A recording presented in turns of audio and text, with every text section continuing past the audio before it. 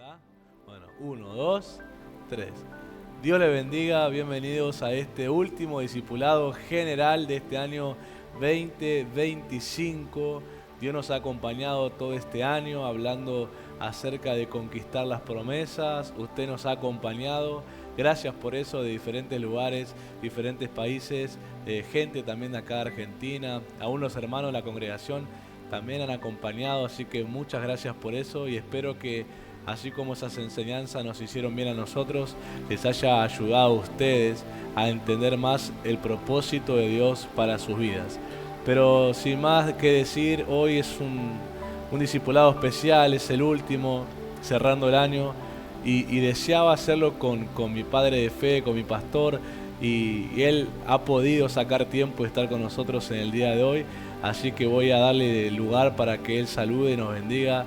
Así que está con nosotros el apóstol Juan Miller. Pa, bienvenido, bendiciones. Bendiciones, hijo, y bendiciones a los jóvenes que están presentes. También saludamos a toda la audiencia que va a ver este video. Muy importante lo que se ha estado ministrando durante todo este año 2025. La promesa de la palabra y esa palabra discipulado. Yo siempre digo, en toda congregación todos son creyentes, sí, pero no todos son discípulos. Sí. Porque la palabra discípulo viene de la palabra disciplina, es formación. Y no es fácil formar gente. Es una tarea ardua, es dedicar tiempo. Jesús tuvo que formar a 12, de los cuales 11 trascendieron, uno quedó en el camino. Ya sabemos a quién nos referimos, a Judas Iscariote, el hijo de la perdición, lo llamó el Señor. Y después fueron los 11 que se tuvieron la tarea de seguir discipulando gente a lo largo de toda la historia de la iglesia. Así que estamos acá con este grupo de jóvenes, Generación de Libertad, en este último discipulado 2025. Amén. La verdad que es satisfactorio llegar a este día, después de la primera reunión de este año, planificando, hablando sobre todos estos temas, trayendo el modelo del discipulado que lo planteamos por primera vez este año, dando lugar a todos los jóvenes a poder también compartir su nivel de conocimiento, su nivel de palabra, su aporte a la enseñanza. Y bueno, y cada uno yo creo que ha sentido el peso de lo que es estar en un altar, que no es decir lo que se le ocurra, de que si no tenés guardado algo de Dios, no sabés qué decir, te quedás en blanco, que es muy importante atesorar y guardar, porque cuando Dios te quiere usar, de ahí empiezan a salir las palabras. Así que también en un punto fue la idea de que sientan el peso de lo que es hablar en el nombre de Dios y que les genere responsabilidad, les genere temor de Dios, pero les genere pasión. Poder usar esta boca, Dios la use para hablar Él, y creo que este año por lo menos lo hemos intentado, ¿no? Transmitir eso. Pero bueno, vamos a hablar del próximo año, o sea, vamos a hablar del próximo año en este año. Para muchos termina el 31 de diciembre, nosotros ya estamos con los ojos en el próximo año, porque así Dios nos atrae. Sí. Y justamente el lema, para los que vieron el afiche, es alza tus ojos y mira. Hay momentos en que Dios entra en nuestro tiempo y nos hace poner los ojos en el tiempo de Él. Y cuando Él dice levanta la mirada, Él te está diciendo quiero que mires algo que es mi tiempo. No es tu tiempo, es mi tiempo. ¿Para qué? Para generarnos esa pasión, esa determinación y ese interés que Dios necesita a nosotros para empezar a guiarnos en una disciplina hasta que llegue ese momento. Y vamos a leerlo directamente la escritura en el Evangelio de Juan, capítulo 4, verso 35. Es Jesús hablándole a sus discípulos y les dice: ¿no decís vosotros, aún faltan 4 meses para que llegue la siega? He aquí os digo, alzad vuestros ojos y mirad los campos, porque ya están blancos para la siega. Y acá es donde me da el pie para decir lo siguiente. En el tiempo natural de los discípulos faltaban 4 meses, ¿verdad? generalmente 4 meses, toda una temporada completa. Faltaba toda una temporada para que se coseche lo que se sembró. Pero en un momento, Jesús en este momento actúa como profeta. Jesús en este momento opera como profeta y les dice, pero yo les digo. Y ahí es donde Él cambia el tiempo. Nuestros tiempos cambian cuando Él habla, no cuando nosotros hablamos. Nuestros tiempos cambian cuando Él lo dice, no cuando nosotros lo decimos. Para ellos faltaban 4 meses, así que no había por qué andar mirando los campos. Era algo innecesario, pero cuando Jesús habla, era hora de mirar los campos. Porque Él le dice, alcen sus ojos y miren, los campos ya están blancos.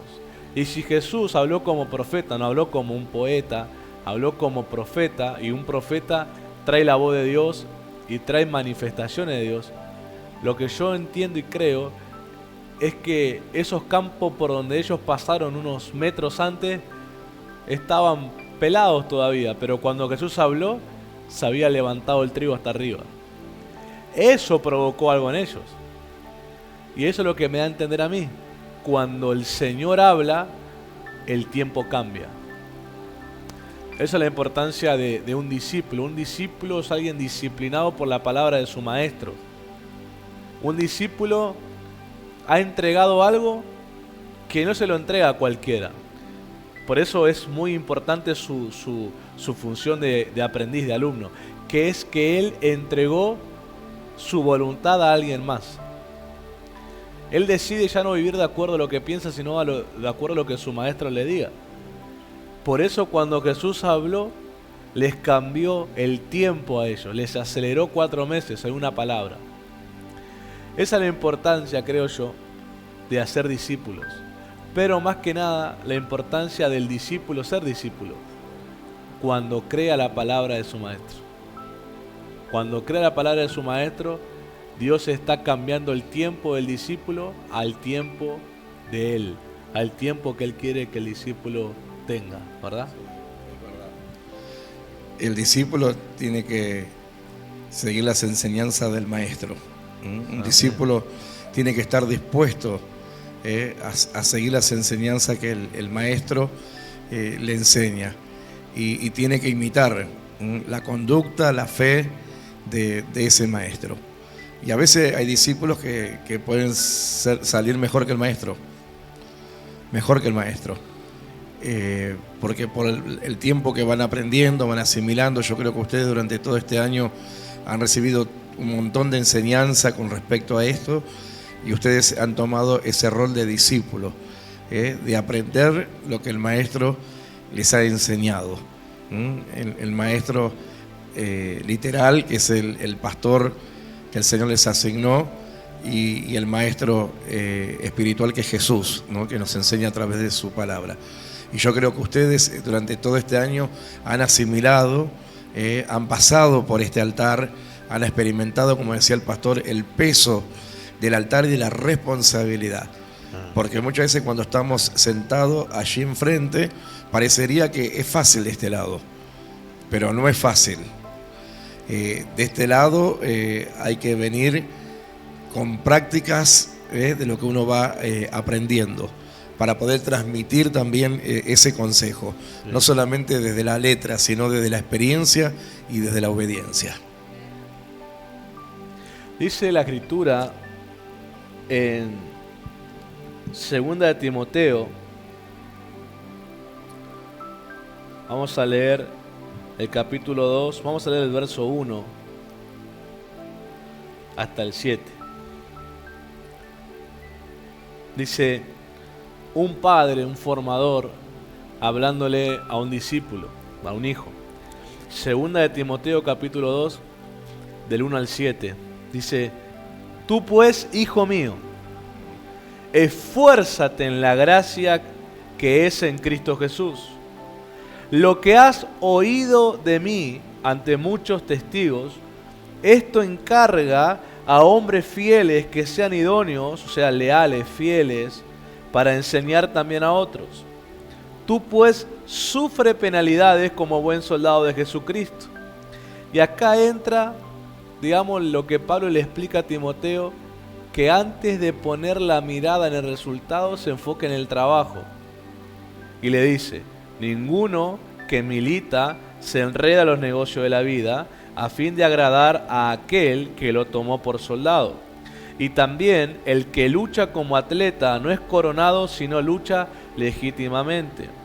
El labrador, para participar de los frutos, debe trabajar primero. Y el 7 dice, considera lo que digo y el Señor te dé entendimiento en todo. Yo creo que acá del 1 al 7 Pablo le baja un diseño de discipulado. Ahora el alumno debía volverse maestro por dos cuestiones. Estaba crecido, pero además Pablo no estaba y él tenía que hacerse responsable. Entonces le empieza a decir, mi mejor consejo que te puedo dar en la tarea que te toca ahora, de saltar de la silla adelante y ser ahora al que vean, al que escuchen, al que sea el ejemplo ahora, es que recuerdes lo que yo te enseñé. A veces la gente dice, no, ¿verdad? Presenta problemas al maestro. No, me pasa esto, me pasa esto. Y tu mejor consejo es recordar lo que te enseñé. Es lo mejor que le puedes decir. No traerte otra enseñanza o otro consejo, sino recordar lo que te dije. Volvemos a Juan.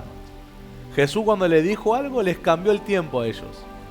Ahora Pablo trae un consejo parecido. A Timoteo le estaba cambiando el tiempo de discípulo a maestro, a pastor, a ponerse adelante. Y obviamente el nerviosismo, la duda, la inseguridad, lo que a su alma habrá venido, de pasar a ser primero ahora. Y Pablo le dijo, recordá lo que te enseñé. Hacé memoria, si vos fuiste un discípulo, tenés que haber atesorado lo que yo enseñé. Tenés que haber guardado lo que yo enseñé. Y sobre todo lo que viste cómo trabajé. Entonces le recuerda, no pongas tus ojos en el resultado, sino en el trabajo. Vas a tener que discipular, vas a tener que corregir, vas a tener que aconsejar, vas a tener que ministrar, vas a tener que dar ejemplo en cómo las cosas se hacen. Así que no te pongas a exigir un resultado para lo cual no estás trabajando. Y eso pasa a gente no mentoreada, no discipulada, que no es discípulo, pero que quiere ver resultados extraordinarios en su vida y exigen resultados por los cuales no están trabajando. O sea, quieren ser mejor persona, pero no están trabajando para eso. Quieren ser mejor esposo y no están trabajando para eso. Quieren ser mejor padre y no están trabajando para eso. Quieren ser mejor creyente y no trabajan para eso. Quieren ser, no sé, más generosos y no trabajan. Entonces la gente siempre mira el resultado y se olvida que el resultado proviene de un trabajo. Entonces acá Pablo como apóstol, como padre, maestro de él, le dice, recordá lo que te enseñé. Si vos recordás lo que te enseñé, vas a saber cómo se trabaja. Y tranquilo, Timoteo, los resultados vienen por el trabajo. Mientras otros se desesperan cómo lo hago, vos solamente trabajá, el trabajo te da el resultado, ¿no? A mí me encanta cómo le dice, bueno, Pablo era un padre para Timoteo. Era un padre. Era un formador, un discipulador, porque él le dice, pues tú, hijo mío, esfuérzate en la gracia de Cristo. Sí. Y si alguien que sabía de la gracia era Pablo.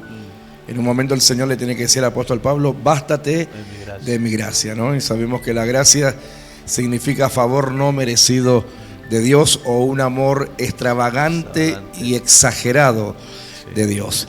Y ahí él le comienza a aconsejar, porque eso es lo que hace un maestro con un discípulo. Le trae los consejos. Y lo primero que le dice, lo que has oído de mí ante muchos testigos, tendrás que ahora tú ser un formador de otros. Ajá. Pero no al modelo de uno mismo, sino a lo que ha aprendido. Lo que has aprendido de mí, dice, lo que has oído de mí ante muchos testigos. Dice, encarga, sigue este discipulado con otros, pero que sean fieles e idóneos. Sí. Porque para ser un discípulo que quiere crecer junto al maestro, la persona tiene que ser fiel y tiene que ser idónea.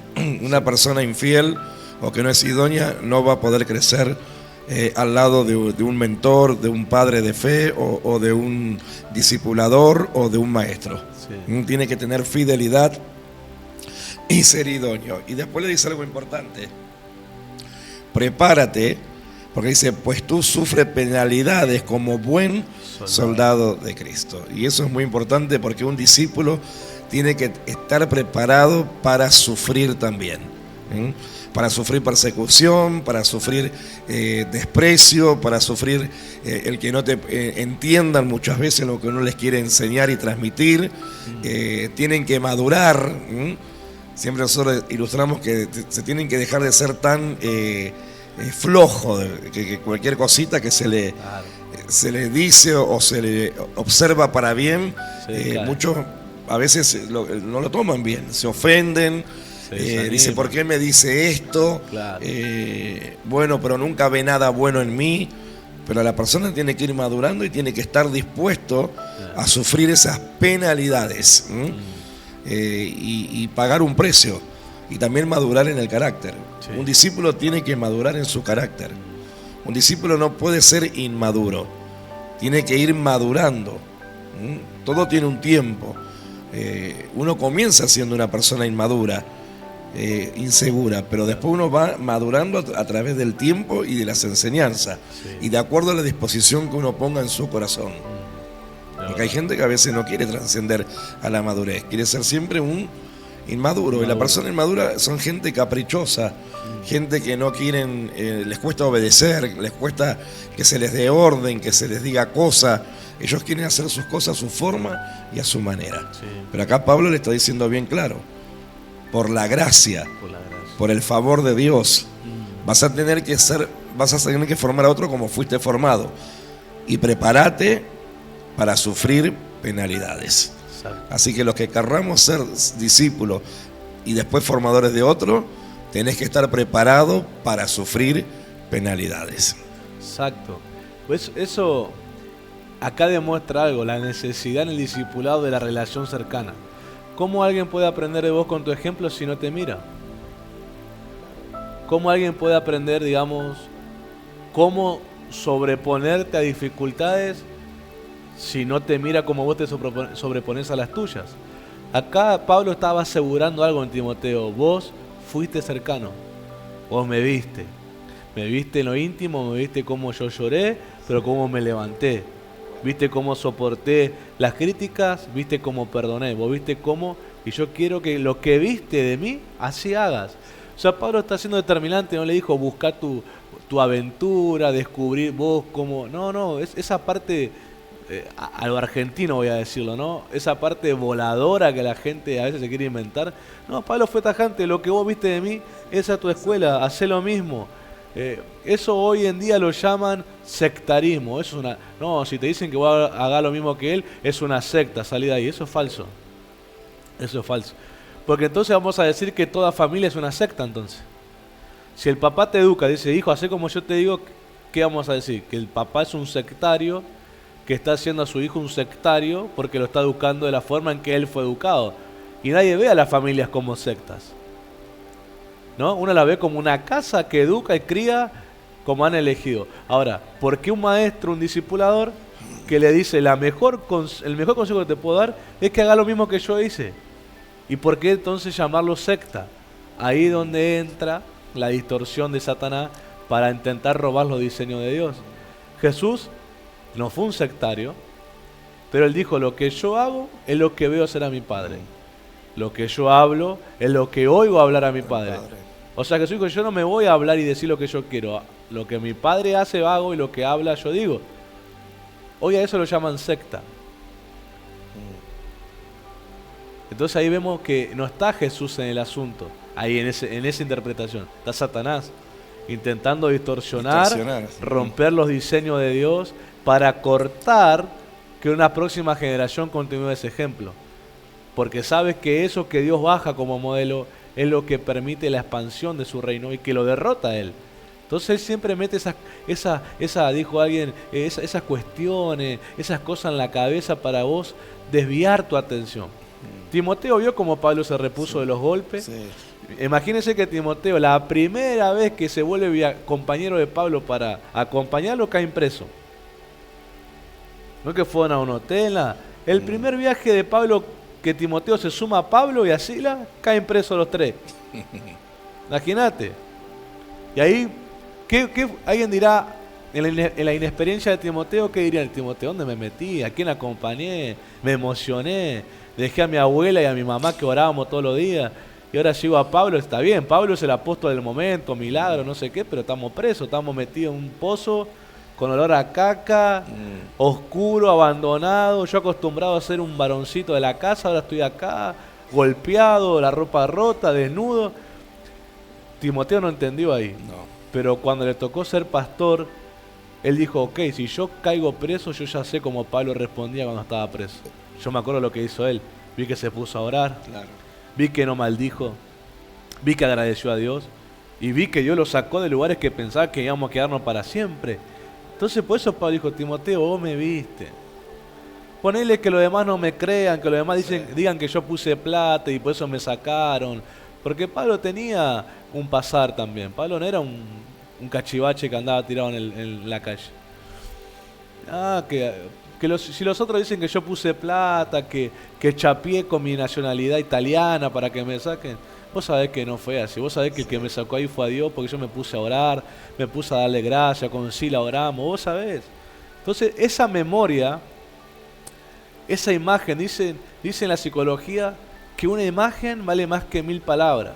Dice que queda mejor guardado en la memoria la imagen de lo que se ve, de lo que se escucha. Imagínate a Timoteo viendo eso, viendo cómo salió, viendo cómo Pablo salió de una prisión cuando tembló porque se pusieron a cantar. A los demás les parecía locura, pero él lo vio, él lo presenció. Entonces Pablo dijo, Timoteo, ¿qué te voy a decir? Hacé lo que me viste a mí. Si te pasan las cosas que me pasaban a mí, hacé lo que me viste hacer a mí. Por algo te enseñé, o vos pensás que yo te enseñé para que vos seas famoso. Te enseñé para que tengas herramientas de qué hacer cuando estés en problemas. Vos viste lo que me pasó a mí cuando se me estaba subiendo el ego, ¿no? Vos viste que me mandaba un aguijón que me humillaba. Así que vos sabés cómo son las cosas. Así que yo te exhorto, Timoteo, hacé las cosas como las vistes y las oíste de mí. Y hoy, yo soy de la generación de la cosecha de creyentes de los 80 y 90. Y la iglesia ha cambiado mucho. La iglesia del siglo XXI no es la misma iglesia del siglo XX. No es la misma iglesia.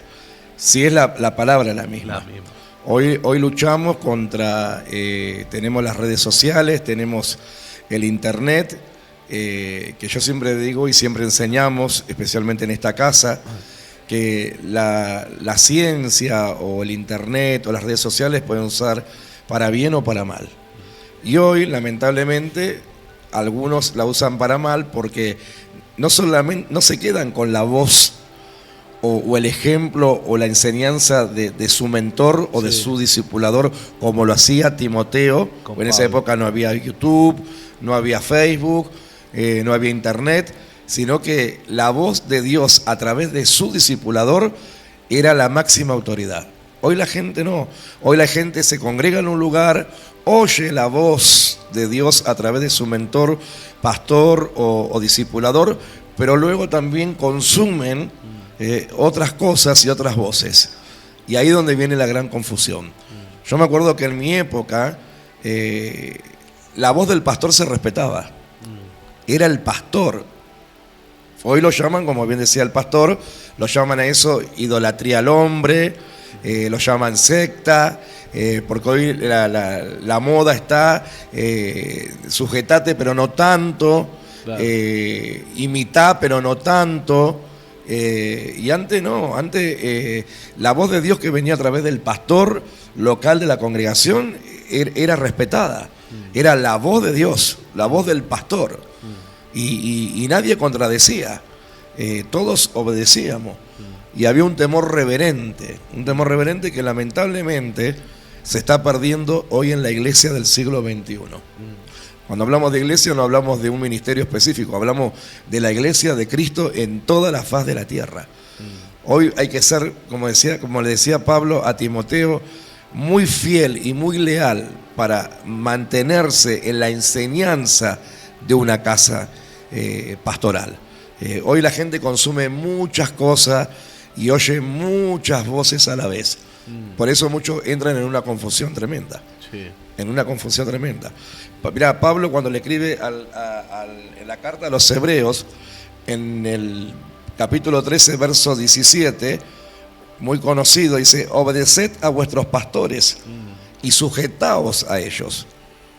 Pero luego me encanta lo que más arriba, Pablo también le dice a esta iglesia, a estos lectores, en el verso 7, acordaos de vuestros pastores que os hablaron la palabra de Dios y considerad cuál haya sido su resultado de su conducta e imitad su fe. Tremendo. No le dice, bueno, Timoteo, fíjate, si algo te sirve de mí, tomalo, y si no, anda a oír otras voces, imita otra fe, imita otros ejemplos. Le dice, consideren la conducta de vuestros pastores. Y vean su fruto, su resultado del trabajo, porque hay que trabajar, como Pablo luego le aconseja a Timoteo, ahí más adelante en 2 Timoteo 2, dice, imiten su fe. Entonces, hoy cuesta todo eso en la iglesia del siglo XXI, porque hay mucha mezcla, ¿verdad? Muchas voces y mucha confusión, pero siempre hay un remanente fiel. De verdad. Siempre hay gente idónea, como decía Pablo a Timoteo, busca hombres idóneos y fieles. Claro que sí, claro que hay un remanente idóneo y hay un remanente fiel, pero la mayoría anda detrás de muchas voces. Y si lo que se le dice en el lugar no están de acuerdo, ellos van a querer buscar por otro lado otra voz. Esa voz que quizás contradice a la voz que no les gusta, para sentir esa voz que los hace sentir bien. Porque a veces, hoy en día, muchos toman a la iglesia, antes tomábamos a la iglesia, o mejor dicho, donde nos congregábamos al templo, como una casa de formación. Yo me acuerdo siempre, mi pastor decía, la iglesia, la congregación es la universidad, donde te preparás para esa vida madura del creyente y del discípulo. Hoy en día, la gente, volvemos a repetir, si están de acuerdo o si le gusta lo que oye, se queda. Te dicen que sí, que van a imitar la fe, la conducta, pero si no les gusta, no. Hoy tienen acceso a YouTube, tienen acceso a Facebook, o tienen acceso a un montón de gente que anda hoy en día ahí sueltos. Están sueltos por ahí. Y cuántas doctrinas hay. Por eso Pablo, es decir, Timoteo no tenía excusa para no ser un buen pastor y un buen formador. Porque Pablo se encargó de aconsejarle en todo. Le dijo que tenga cuidado de las doctrinas, que se cuide de las fábulas de vieja, que vendrán doctrinas engañosas. Es decir, Pablo tenía Timoteo tenía todas las herramientas de que su discipulador, su maestro, le había entregado. Y hoy creo que también nosotros tenemos todas las herramientas. Amén. Pero siempre y cuando querramos tener un corazón de discípulo fiel e idóneo. ¿Cuántos discípulos fieles e idóneos se han formado aquí durante este año a través de las enseñanzas del Señor por su pastor de jóvenes?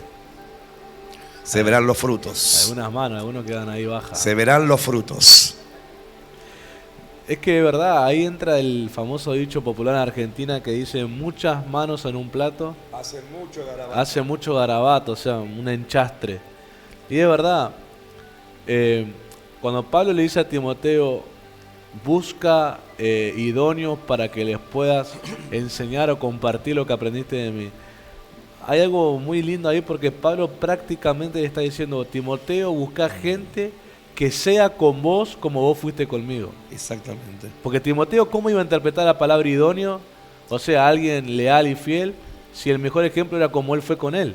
Entonces dijo, bueno, ok, para yo darme cuenta entre toda la multitud, porque Timoteo fue el pastor del avivamiento de Éfeso, entonces había muchos cientos de creyentes. Timoteo habrá pensado, ¿y cómo me doy cuenta entre todos estos cuáles son idóneos y fieles? No por palabra, porque por palabra todos me van a decir que son fieles. ¿Cómo me doy cuenta? Y ahí creo que Timoteo habrá aplicado lo mismo que Pablo aplicaba, ¿verdad? Porque Pablo algo que se se le remarca de su manera de ser ministro, era que Pablo era muy amoroso, pero era muy estricto en lo que es disciplina. Él era un trabajo de militar, por así decirlo, ¿no? Disciplina, de oración, de búsqueda de Dios, de la escritura. Pablo no le gustaba el libertinaje, nada de eso. Amoroso, sí, un hombre que conoció el amor de Dios, lo era. Pero formador, no jugaba a formar. No. Él, si vas a estar conmigo, es así. No, acá no vamos a jugar. Y creo que Timoteo dijo, bueno, ok, voy a hacer lo mismo. Y ahí habrá empezado al que le decía que sí con palabra, a que le decía que no con las actitudes. Y empezó a comprobar. Porque Timoteo dijo, ok, voy a buscar gente que sea conmigo como yo fui con Pablo. Y ahí yo creo que habrá empezado a descubrir a los sidonios repartidos entre cantidad de gente. Porque todos tienen carita linda cuando te miran. Todos te ponen carita de ovejita, carita de servicial, carita de ungido. Hasta que le das un consejo, le marcas algo. Y ahí vos le descubrís. Entonces, ¿cómo? Por ejemplo, yo como pastor me doy cuenta, entre los jóvenes, alguien con la capacidad de poder formarlo, es que sea conmigo como yo soy con vos, con mi padre, con mi pastor. Entonces digo, ok, tenés chapa para poder ayudarte a formar. Y si veo que no, le faltará, o no, directamente no tendrá nunca el corazón para formarlo. Entonces es muy claro la línea. Nunca Pablo le dijo a Timoteo, y no por menos, porque Pedro tenía revelación, Juan tenía revelación, pero nunca escuchás a Pablo que le diga, o a Pedro que le diga, o a Juan que le diga, a algún discípulo de él, hacé el ejemplo de Pablo, o Pablo le diga a Timoteo, hacé el ejemplo de Pedro. ¿Por qué? ¿Que no tenían buen ejemplo? Sí, tenían buen ejemplo, pero la responsabilidad que ellos asumieron con la gente que formaron es el mejor ejemplo que tenés para cumplir tu propósito es el que yo te di. El que viste en mí. Y eso no es sectarismo. Eso es responsabilidad. Pedro dice algo, y creo que mucho no siempre se logra entender lo que Pedro dice, pero Pedro habla de algo que ninguna otra persona habló, que se llama multiforme gracia de Dios. Y Pedro dice en 1 de Pedro capítulo 4, verso 10, dice, cada uno, según el don que ha recibido, ministrelo a los otros, como buenos administradores de la multiforme gracia de Dios. Ahí empieza luego Pedro a explicar algunos ejemplos de la multiforme. ¿Qué es multiformidad? Es la infinidad de maneras en que el Padre puede revelarse a un ser humano. Siempre Cristo es el filtro. Cristo es la persona que revela al Padre. Pero la manera, la forma en que Él elige es infinidad de posibilidades. Cuando Dios revela una gracia de Jesús a un hombre y lo levanta como un vocero, lo levanta como el ministro, lo levanta como un formador, ese mentor que Dios le entrega un ministerio, la gracia que Dios le revela a él es la que Dios quiere que se use, porque es lo que va a servir para salvar en ese entorno, en ese territorio, en esa cultura, a esa gente. Entonces Él va a ministrar siempre de acuerdo a esa gracia. Nunca va a ver al Señor, al Padre, a las Escrituras desde otro lugar de la gracia que a Él se le reveló. Y eso es lo que le va a enseñar a la gente que se salve. Y eso es lo que le va a pedir a la gente que se salve, que enseñe a otros. Y eso no es sectarismo, eso es ser fiel con lo que Dios te entregó. Pedro dice como buenos administradores, o sea, como alguien fiel a lo que se le confió. A mí el Padre me confió esta revelación de Él. Y yo voy a ser fiel de enseñar esto. No porque venga alguien que me diga, no, pero enseñá lo otro. No porque venga otro y me diga, no, vos tenés que... No, ustedes todo lo que quieran. Lo que a mí me reveló Dios es mi fidelidad a Él.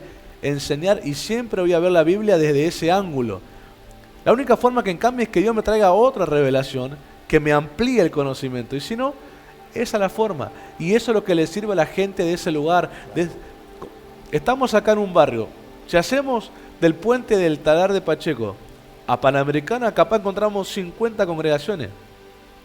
La pregunta es, ¿por qué la iglesia de Betel, que está acá a 2 cuadras, la gente que va ahí no se mueve para acá? ¿O por qué los que están acá no se mueven para Betel?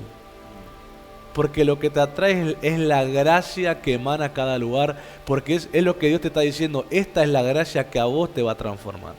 esta es la revelación que yo regalé a este lugar que a vos te va a servir. Por eso no sentís atracción de irte a otro lugar, aunque se habla de Cristo, se ministra a Cristo y todo, porque es la gracia dada. Pablo recibió la gracia. Pablo dice en ocasiones, por la gracia que me fue dada. Él habla de lo que a él se le reveló. Él no se metió en la revelación de Pedro ni de Juan. Él se metió en la que a él se le dio y formó gente de acuerdo a la que él se le dio. Pedro formó a la gente según la que se le dio, Juan también, y ninguno falló porque es el mismo Cristo, pero enseñado desde la gracia que se le fue dado. Por eso Pablo alcanzó a los gentiles, por eso Juan alcanzó a los que alcanzó, Pedro alcanzó a los que alcanzó, porque es la gracia que va trayendo a la gente que necesita esa gracia para salvarse. Por ejemplo, si vos estás atraído a este lugar, ¿por qué no tenés que mirar a otro lugar? Porque la gracia que Dios dio a este lugar fue lo que te atrajo a vos. Y te está diciendo, la gracia enseñada de esa manera en ese lugar es la que vos necesitas para ser transformado, no otra. ¿Se entiende? Y eso no es sectarismo, eso es fidelidad. Eso es ser leal a Dios. Los apóstoles dijeron cuando lo amenazaron, juzguen ustedes a los fariseos si es correcto obedecer a los hombres, obedecer a lo que Dios nos mandó a hacer. ¿Verdad? No podemos negar lo que hemos oído y visto del Señor. Eso es ser leal. No me pidan que enseñe algo. No me pidan que enseñe la Escritura y que no revele a Cristo. Yo no puedo hacer eso si yo sé que Cristo es la revelación de la Escritura. Y eso es lo que se transmite a un discípulo. El único que te agarra, te capta eso y se vuelve así como vos, es un discípulo. Los demás no te lo agarran. Los demás no te lo van a agarrar porque todavía están indefinidos. Son asexuados espiritualmente, ¿verdad? No saben qué son. Sí. Son asexuados espiritualmente. Saben si son varón o mujer todavía en el espíritu. No sé qué soy, todavía no definí. Entonces con eso no esperes nada. Es más, un mentor no espera nada de esa gente. Pero un maestro espera todo de un discípulo. Aparte, yo digo, tienen que... yo no, por ejemplo, si estoy acostumbrado a comer pan recién horneado todos los días, sí, tengo que ser muy sonso para después ir a un lugar donde me dan pan duro o pan con moho. Cuando vos ves, porque ahí dice el fruto, cuando vos ves que un lugar, no sé, 10 años, 20 años, con las mismas cosas, que no hay renovación, que no hay cambios, que siempre la misma gente, que no hay crecimiento, uno tiene que ser muy, pero muy sonso para no darse cuenta del resultado de los frutos. Sí. Porque si vos te dan pan fresco, te ponen pan fresco en una mesa, que simboliza la palabra, y al lado te ponen otra mesa con pan duro o con moho, ¿qué vas a elegir vos? Pan fresco. ¿Qué vas a querer comer? ¿El pan? Fresco. Porque tenés que ser muy sonso, se me viene una palabra, pero que la decimos en privado, muy sonso, otra palabra que se me vuelve es con T, para comerte el pan duro. Claro. Está bien que cuando dice el dicho, cuando hay hambre no hay pan duro, cuando no hay otra cosa, pero si vos tenés pan fresco, que es la palabra fresca, revelada. Ustedes que pasaron aquí y estuvieron sentados acá como discípulos y tuvieron que participar con el pastor, tuvieron que haber comido la palabra fresca o la palabra moecida. Y bueno, entonces uno pero hoy en día hay gente que no sé cómo les gusta comer el pan duro cuando pueden comer el pan fresco. Yo no cambiaría el pan fresco por el pan duro. Yo les voy a repetir, de la única manera que no haya pan fresco y uno tenga hambre y bueno, no te queda otra cosa que comer el pan duro. Pero si vos tenés pan fresco todos los días, yo no voy a comer pan duro. La verdad. Que bueno, ustedes dicen yo tampoco. La gente que nos va a mirar, hay jóvenes aquí del otro lado. Pero algunos cambian el pan fresco por el pan duro. La verdad. Es como cuando Esaú vendió su primogenitura solamente por un plato de lenteja, de guiso. Un guiso. Entonces, ¿qué pasó? Calmó Calmó el hambre. El hambre por un momento, se satisfació por un momento, gustó por un momento, pero cuando se quiso acordar había perdido lo más importante, la bendición del primogénito. La bendición del primogénito. Por eso es muy importante estar en un lugar firme y con una decisión firme y que nada ni nadie te dé vuelta la cabeza. Más en estos tiempos que estamos viviendo, que se oyen voces por todos lados. Nosotros antes, en mi época, teníamos, la única voz que teníamos, ya te vuelvo a repetir, era la voz de Dios a través de nuestros pastores, mentores y maestros y la Biblia. Ese era nuestro alimento, la palabra. No quiere decir que no se puede leer. Hay libros cristianos muy buenos que es para complementar nuestra fe y crecer en la fe.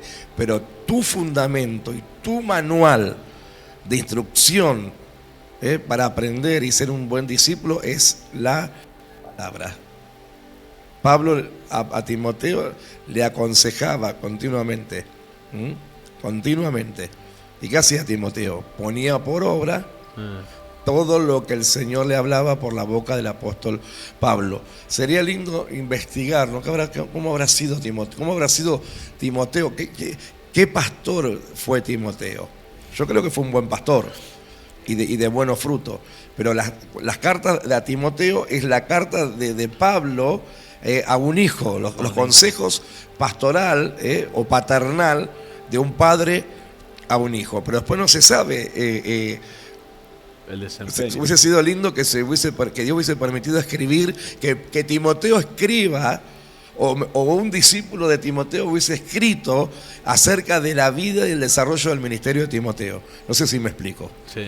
Pero nosotros, bueno, nos imaginamos que por lo que Pablo le aconsejaba y por lo que Timoteo tenía la formación, y habrá sido un excelente pastor y discipulantes de otros. Sí.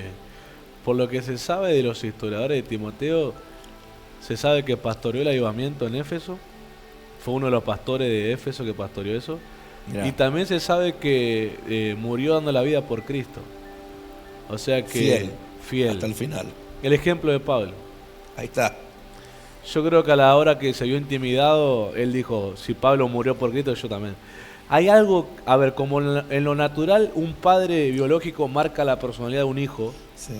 yo creo que un mentor, un padre de fe, marca la identidad espiritual de otro hijo, del hijo. Exactamente. Entonces, es como decir, si vos tenés un mentor cobarde, miedoso, que se va para atrás cuando ve que ser fiel a Cristo demanda, el discípulo va a ser igual, porque le marcó esa identidad. Ahora, cuando el mentor es alguien aguerrido, alguien fiel, alguien que va a dar lo que sea por Cristo y se va a negar y hasta va a morir por Cristo, el discípulo va a hacer lo mismo, porque se le marca eso en la personalidad. Por eso es muy fácil identificar el discípulo de alguien, porque vos lo ves en la personalidad, cómo es, cómo ora cuando está en problemas, cómo hace cuando está en dificultades, cómo agradece cuando está bendecido. Vos decís, sos igual que tu mentor, sos igual que tu padre de fe, lo haces igual. Yo cuando voy a predicar a un lado que nuestro apóstol, nuestro padre ya fue, y voy a predicar, siempre es el mismo halago cuando termino de ministrar. Yo soy igual a tu papá, sos igual al pastor Miller, el que no sabe que soy el hijo, ministrás igual, tu manera, y yo en ningún momento estoy intentando mimetizarlo y hacerlo igual, sino que la personalidad marcada me sale ser así, me sale ministrar así, me sale hablar así, me sale fluir así. Y a Dios no lo deshonra eso. Es el diseño de Dios. Y bueno, vos fíjate que para los que no conocen la historia de nuestro ministerio, Dios es mi refugio, acá desde Buenos Aires, Argentina, nosotros tenemos pastores bajo la cobertura espiritual, que también hay tantas cosas con eso, si tenemos que hablar, discusiones. Tanto que la paternidad espiritual no, que la paternidad espiritual sí, que solamente a Dios se lo llama Padre, bueno, un montón de cosas sacadas de contexto de las Sagradas Escrituras. Yo digo, gente que no quieren aprender, claro. Gente que no quieren sentarse a que otros les enseñen acerca de las Sagradas Escrituras, de qué se trata la paternidad espiritual. Por supuesto que hubo uso y abuso. Eso. Claro que hubo uso y abuso y mucha manipulación, Sí. pero no todos los pastores son iguales, no todos los mentores son iguales. A mí cuando dicen, y siempre la gente dice, ay, todos los pastores son unos sinvergüenzas, yo digo, yo no me considero en ese selecto grupo, que los hay, los debe haber, pero yo no me considero un pastor sinvergüenza. Amén. Me considero un pastor sin vergüenza, pero sin vergüenza separado, que no tengo vergüenza de predicar el evangelio, de enseñar, de exhortar, de corregir, de amar, de abrazar, pero no todos somos iguales. No. Entonces todo en este tiempo hace falta tanta discipular a la gente, Sí. pero algunos no se dejan, pero volvemos siempre a lo mismo, porque estamos en una iglesia que oye muchas voces. Y Jesús dijo algo muy importante a sus discípulos: por los frutos los conocerán. Entonces ustedes tienen que ver el fruto. El fruto. Si esa persona que está en contra de tantas cosas, fíjate el fruto y la vida de fe que ha desarrollado, sí, o cuánto ha crecido, o cuánto se ha renovado en el espíritu. Nosotros tenemos, por ejemplo, bueno, como le contaba a la gente que quizá no conoce la historia, pastores bajo la cobertura espiritual, pero acá está el hijo, Valentín, hijo de la pastora Roxana, que ella ha venido con una otra formación, pero ha tomado literalmente la formación de la casa. Sí. La pastora Roxana se ha convertido en una discípula de esta casa, siendo una pastora, una ministro. Sin embargo, ha venido y ha tomado la visión de la casa y se volvió una discípulo. No sé si ustedes la han oído, ella habla el idioma de la casa de Mir. Bueno, algunos quizás nos van a criticar porque cuando hablamos de estas cosas, sí, dicen cómo se auto llaman padre y se llaman que son casas ministeriales. Bueno, sería para otro tema y otro vivo de enseñanza. Pero ella es una discípulo que ha tomado la visión de la casa. Habla como el lenguaje de la casa, entiende el lenguaje de la casa y entiende la visión de la casa.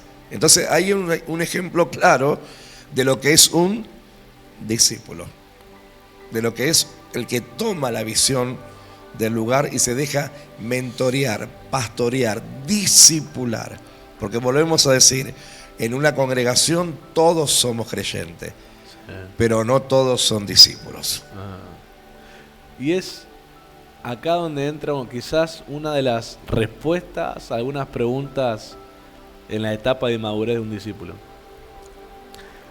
¿Por qué si me dice que me va a formar, que tengo un propósito en Dios y todo eso, por qué siento que su trato es más, lo dicen así, no es que sea así, por qué siento que sea más de como un maltrato, como que todo el tiempo me esté retando y no me elogie tanto? ¿Y por qué si veo al otro que lo elogia, lo felicita? ¿Y por qué conmigo están así? Y esto me hace recordar lo que una vez un apóstol nos contó de su pastor formador, sí, que un día él le planteó, sí, por qué su pastor cuando era tan así a los otros los besaba, los dejaba hacer, y él, claro, en su inmadurez no entendía y le preguntó, y le dijo a su pastor, es que vos tenés ministerio y ellos no, le dijo. Claro. Es que vos tenés un llamado, le dijo, y ellos no. Oye, acordate, acá un tiempo de ellos nadie se va a acordar, pero de vos sí. Y eso como que a él quizás le calmó y lo hizo abrazar más la formación. Y hoy vemos su vida cumplida. Que esa gente que ni sabemos nosotros quiénes son, nadie sabe de dónde está. Y él es un apóstol que hoy es respetado y conocido. Entonces, el discípulo a veces no entiende por qué su mentor agarra una etapa donde parece que es todo el tiempo corrección y ta. Y si la pregunta fuera a su mentor, porque las preguntas tienen que ser a su mentor, no al portero, al que limpia el baño, que no te vas a saber qué responder, a su mentor, a su padre, claro, a su formador, de parte de Dios. ¿Por qué? ¿Por qué tan severo? ¿Por qué no me deja pasar una? ¿Por qué tanto? Sí. Porque tenés un llamado. Y te tengo que formar como un llamado. alguien que tiene que aprender, como le dice Pablo a Timoteo, a sufrir penalidades por Cristo. Mejor que aprendas a acostumbrar tu lomo a los golpes míos, a que aprendas a aguantar los lomos con golpes que alguien que no te ama y te va a dar para que tenga y guarde. Mejor acostumbrarte a los míos para que tu lomo se fortalezca y los golpes que vengan en la vida después tengan un lomo desarrollado para aguantar. Entonces, qué importante también no solo esperar que tu formador te elogie todo el tiempo, porque el elogio al ser humano le hace mal, lo infla demasiado. La corrección severa también hace mal porque nunca lo deja crecer, pero el equilibrio entre corrección y animar a la persona es lo que fortalece el carácter espiritual del discípulo. Pablo a Timoteo en un momento lo habrá animado y en un momento en que le fue severo. Pablo, en términos suaves, por así decirlo, a Timoteo lo trata de cobarde. Cuando le dice que avive el fuego del don de Dios. Cuando le dice recordar la fe de tu mamá, de tu abuela, lo está tratando de incrédulo. Claro. ¿Dónde está el Timoteo creyente? Está diciendo, te veo incrédulo, temeroso, miedoso. Lo está confrontando. Quizás con altura, pero lo está tratando de cobarde.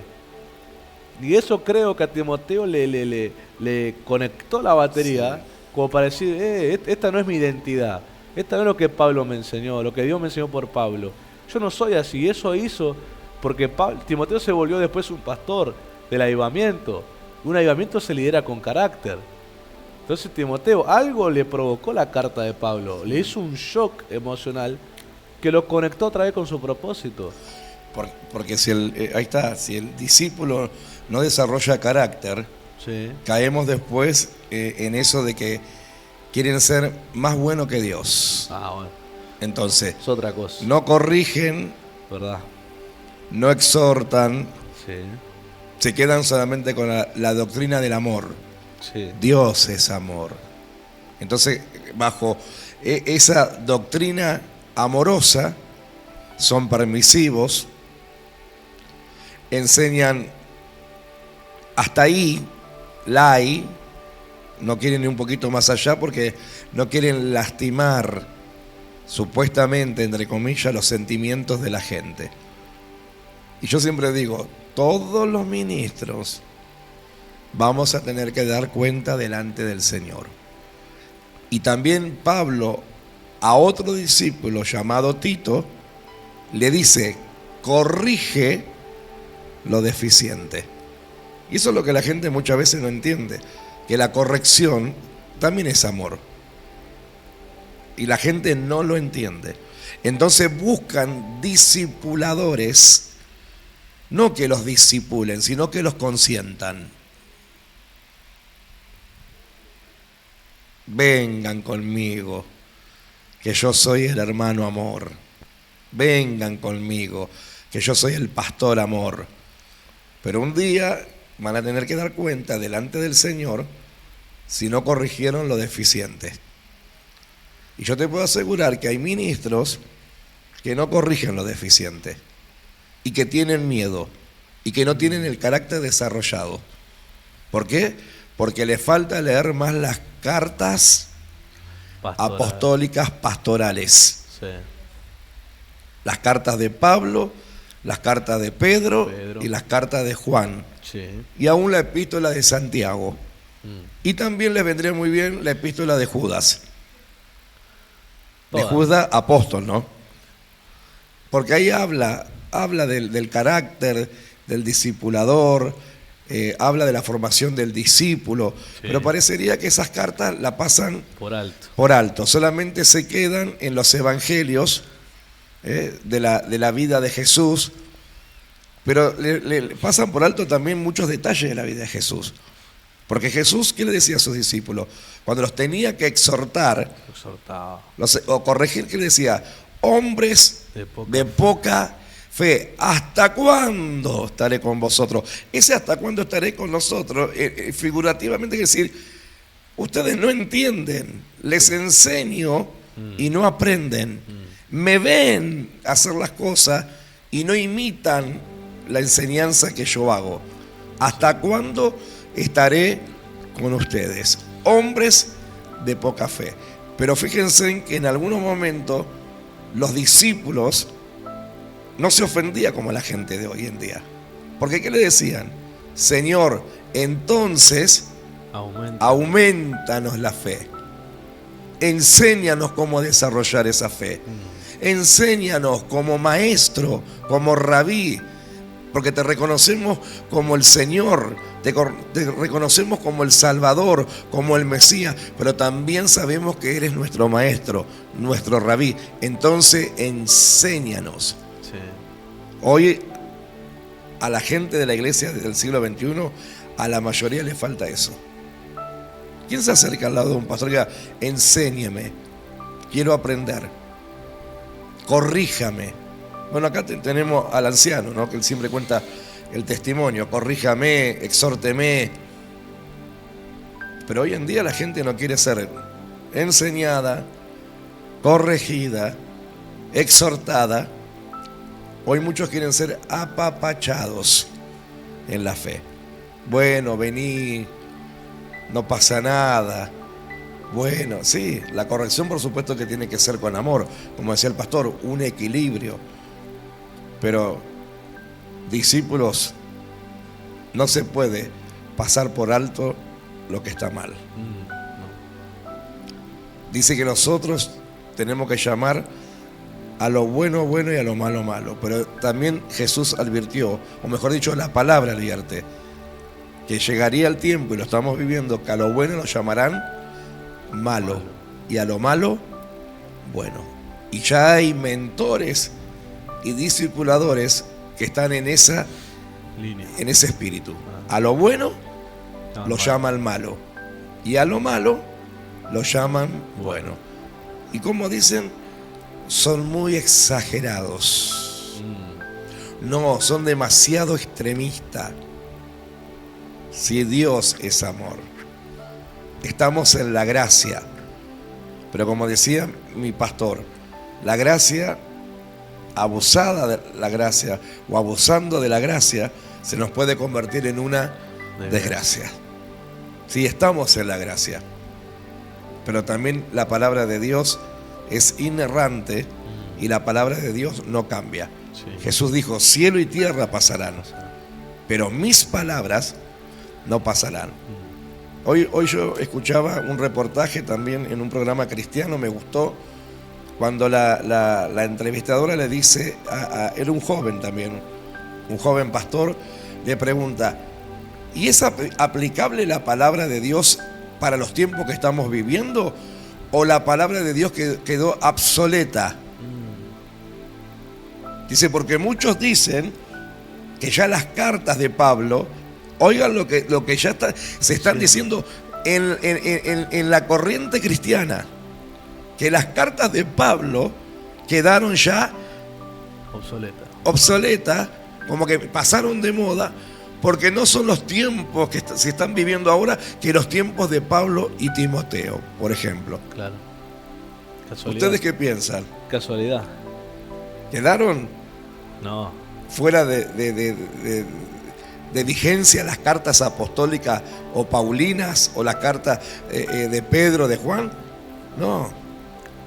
Porque lo que pasaba en esa época está pasando ahora y peor. Porque la maldad se está multiplicando, pero también la gracia. También la gracia. De verdad. Bueno, yo he llegado a oír acerca de las cartas de Pablo que han dicho que Pablo, las cartas de Pablo había que tomarse con pinza porque daban a entender que hasta Pablo era autoritarista y que se colocaba hasta en el lugar que le correspondía a Dios a veces.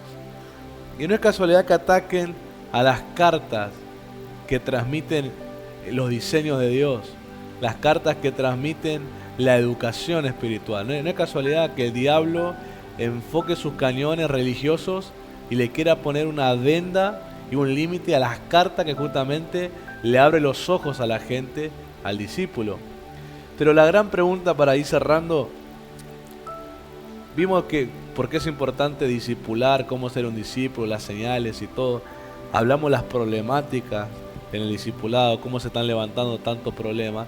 ¿Por qué hay iglesias tan enfermas, aunque estén llenas de gente? ¿Por qué tan debilitadas? Porque le faltan discípulos, los que fortalecen. Por así decirlo, las vitaminas de una iglesia son los discípulos. Porque un pastor se desgasta si él es el único que entiende y no hay nadie más que entienda y nadie más que haga lo mismo. Un pastor se va a desgastar.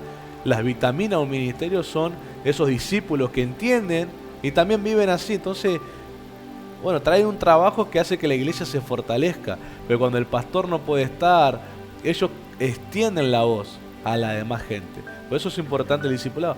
Pero si vemos tanta amenaza al discipulado, con voces extrañas, con falsas doctrinas para confundir, decimos, ¿acaso el discipulado está en peligro de extinción?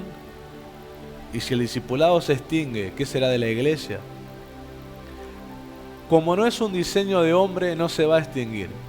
Va a quedar un remanente. Si fuera de hombre, sí. Yo creo que hace 50 años se hubiera extinguido el discipulado. Pero como es de Dios, Dios levanta gente entendida, aunque sea un puñado, pero los levanta. Pero ¿cómo hacemos para proteger? ¿Cómo hacemos nosotros para proteger un diseño divino que permite que se expanda el reino de Dios? Y la única palabra que yo encuentro para decir esto es lo que va a hacer que protejamos el discipulado, lo mantengamos vivo y lo continuemos extendiendo, y es la palabra disciplina. Ya nos gustó ahí.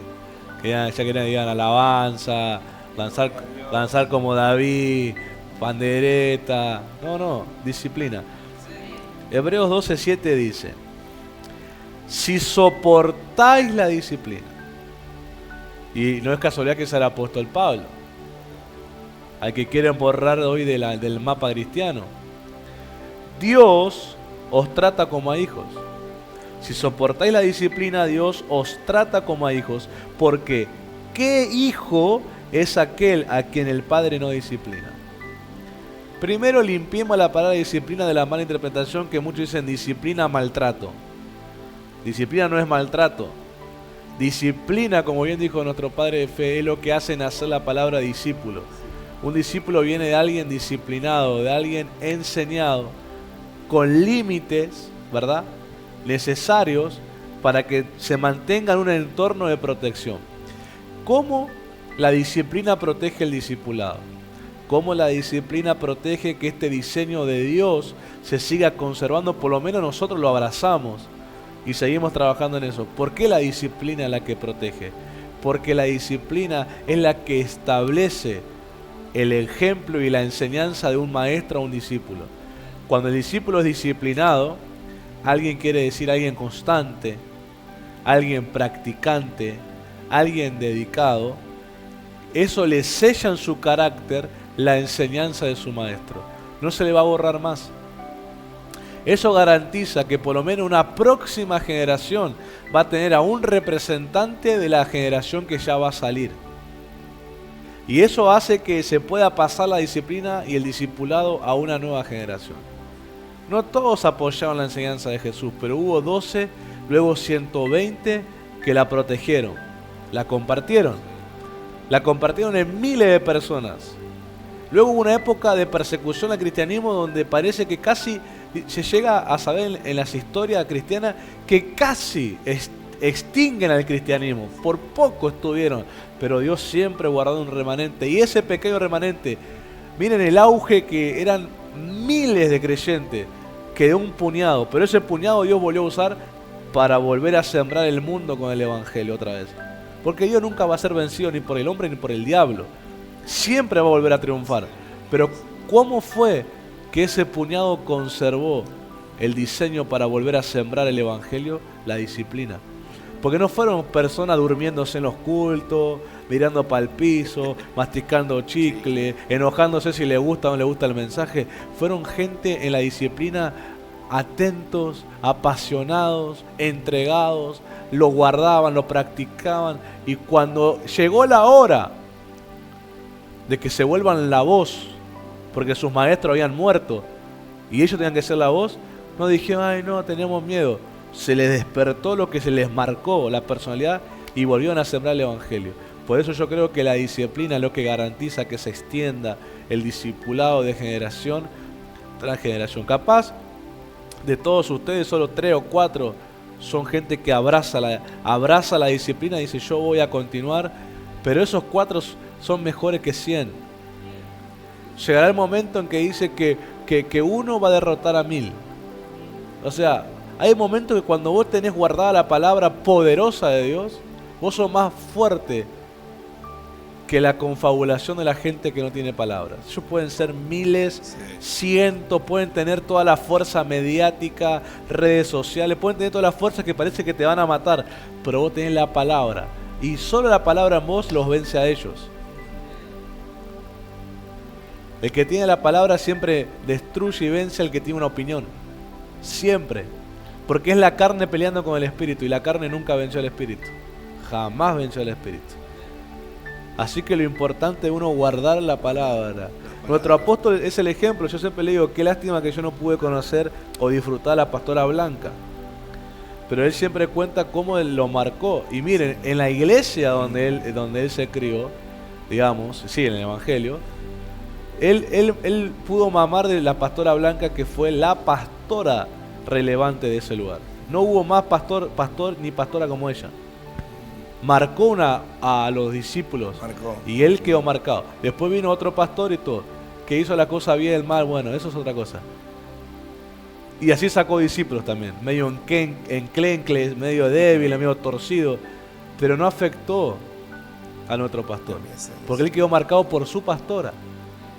Y era la pastora disciplinada, oración, en búsqueda de Dios, no era todo así. ¿Qué hizo eso? Y miren, cuando Dios lo pone como pastor a él trae lo mismo. Porque si él hubiera mamado lo del otro pastor, quizás fuéramos todos enclencle, acá todo chueco, todos andaríamos colgados a la palmera. Pero él trajo lo que su pastora le marcó. Dios después le dio un padre, un apóstol que va por la misma línea. Y eso se transmite. Y eso dimensiona la iglesia.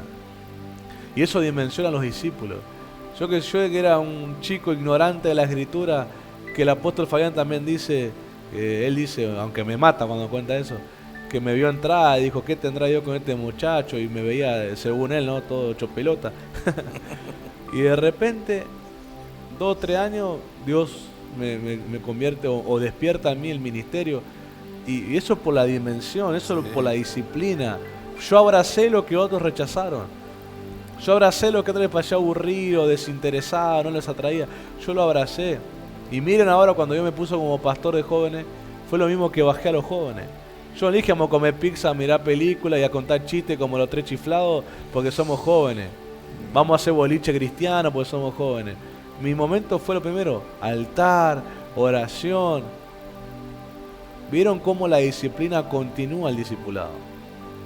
Lo va continuando. De una pastora del año 90, han pasado más de 30 años, todavía sigue latiendo de una generación a otra generación. Ella fue la primera, nuestro pastor fue la segunda, nosotros somos la tercera. Y sigue continuando el legado. Es claro. Es claro. Sí, por eso ustedes aprovechen la oportunidad y la pregunta sería, durante todo este año que se les ha enseñado discipulado, respóndanse para ustedes. ¿Trascendieron a ser discípulos o todavía son creyentes? Respóndanse para ustedes mismos. ¿Qué son? Sería la pregunta. ¿Son discípulos o solo son creyentes? Porque todos somos creyentes. Hasta el diablo es creyente. La Biblia dice que el diablo cree y tiembla, pero no obedeció. Todos somos creyentes, pero no todos son discípulos. Porque se trata de discipular el corazón, dejarse disciplinar por la palabra el corazón. Y Dios te da oportunidades. Y Dios en esa oportunidad prueba el corazón. Algunos salen aprobados, pero otros, Dios dice, no estás listo todavía. Estás crudo en estas áreas. Necesitas fuego. Necesitas ir al fuego del Espíritu Santo. Necesitas ir a la purificación. Necesitas todavía la palabra como martillo, como espada, como fuego purificador, como jabón de lavadores, porque la palabra se manifiesta de diferentes formas. A veces viene como fuego purificador, como martillo, como espada de doble filo, como jabón de lavadores, como espejo. Cada uno sabe si está transicionando a ser discípulo o todavía está en el nivel de creyente. De verdad. Pero la decisión la tenés vos. Porque yo decidí ser un discípulo. Yo cuando estuve en una iglesia dije, yo quiero ser discípulo, y me enseñaron que había una diferencia entre creyente y discípulo, y me dieron todas las características del creyente y todas las del discípulo. Digo, Señor, yo quiero ser un discípulo, decidí. Mirá que te van a disciplinar, quiero ser un discípulo. Mirá que es diferente la vida de un discípulo a un creyente, quiero ser un discípulo. La respuesta está en vos.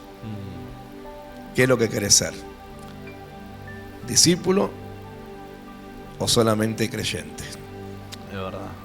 Amén. Qué hermoso cerrar este año creo que con esta reflexión, esta enseñanza que trasciende. Este tipo de enseñanzas, hay personas que cuando lo creen, lo abrazan, les dimensiona la vida. Escuchan, oyen y se dan cuenta que tienen que tomar una decisión y son dimensionados. Yo un día estuve en esa decisión, la tomé y me dimensionó, y bueno, esa es la oportunidad que Dios nos da hoy a los que están acá, a los que miran, tomar la decisión. Un discípulo sí, es tomar la cruz, seguirlo, negarse, pero la recompensa a un discípulo no la conoce el que no lo es. El que no es discípulo nunca conoce la recompensa a un discípulo. ¿Y cuál es la recompensa a un discípulo? Además de la salvación, la recompensa a un discípulo es llegar a ser como su maestro. Llegar a ser. Y llega a serlo. Y como dijo otro pastor, otro apóstol, hasta supera. Pero algo que estableció la base fue Jesús para el discípulo. Dice, el alumno, dice, nunca será más grande que el maestro. Podrá hacer más cosas, porque es más joven, porque aprendió cosas mucho antes que lo que a su maestro le llevó a aprender, pero eso no significa que sea más grande que su maestro. Y Jesús dijo así, bástale al discípulo ser como su maestro. Le basta eso. Y fue el Señor que lo dijo. Le basta al discípulo ser como su maestro y al siervo ser como su Señor. O sea, la meta siempre es esa. Que la gracia que Dios reveló a ese mentor, el discípulo busca ser de esa manera. Ese es el deseo de su corazón. No que le digan vos sos mejor. Él no le agrada las palabras de elogio, vos sos mejor que él. No le gusta, lo rechaza y hasta siente un desprecio que le digan eso. Él no busca ser mejor que su maestro, él busca ser como él. Jesús dijo, mayores cosas que las que yo hice harán, pero nunca nos dijo que seremos más grandes que él. Nunca. Un discípulo lo sabe. A mí no quiero que me digan el día de mañana sos más que tu papá, porque eso para mí va a ser despreciar quien me formó. Yo prefiero que me digan sos como él. Y eso ya es suficiente. Eso es suficiente. Y yo entiendo a lo que digan sos como él. La gracia que él vivió y que él conoció, la tenés vos también. Y eso es decir, alcancé la meta, fui un buen discípulo entonces. Fui un buen discípulo. Así que para cerrar vamos a una oración. Si puedes despedirnos una oración, bendecir a los que ven y a los que estamos. Amén. Vamos a orar. Padre, te damos gracias, Señor, por esta oportunidad, Señor, de poder ministrar aquí en la reunión de jóvenes junto a tu siervo, Padre, el pastor que has colocado, Señor, para guiar a esta juventud, Señor. Pedimos, Señor, por los que estamos aquí y por los que van a ver esta enseñanza, Señor, de que el corazón pueda ser transformado en un corazón discipulante, de discípulo. No solamente que se queden en el nivel creyente, sino que puedan transicionar a un corazón de discípulo, de disciplina, de mentoría, de enseñanza, y poner por obra, Señor, porque eso hace el discípulo, pone por obra lo que se le enseña. y eso es fruto. Habla del resultado de los frutos. Y no hay cosa más hermosa para un maestro ver el crecimiento de sus alumnos y cómo ponen por obra cada cosa que se les enseñaba. Como dijo Jesús, por los frutos serán conocidos. Padre, te damos gracias por este año 2025, por este equipo de jóvenes, por tu siervo, por esta generación de libertad, para que sigan creciendo como creciste tú en la tierra, en sabiduría, en gracia y en estatura para con Dios y los hombres. Te damos gracias en el nombre de Jesús. Amén. Que Dios te bendiga, qué bueno ha sido este año estar juntos, que nos acompañe del otro lado. Y cierro con esta frase que el apóstol Juan dijo a un discípulo de él llamado Gallo. Dijo: no hay nada más lindo para mi corazón que me digan que mis hijos andan en la verdad, andan en lo que yo les enseñé de parte de Dios. Así que glorifica al Señor, agrada su corazón honrando, y también complace el corazón de tu pastor que se entrega a enseñarte, que te vean siguiendo la verdad y su ejemplo. Que Dios te bendiga y será con ustedes en el departamento de jóvenes hasta el próximo año, hasta el 2026. Que Dios te bendiga.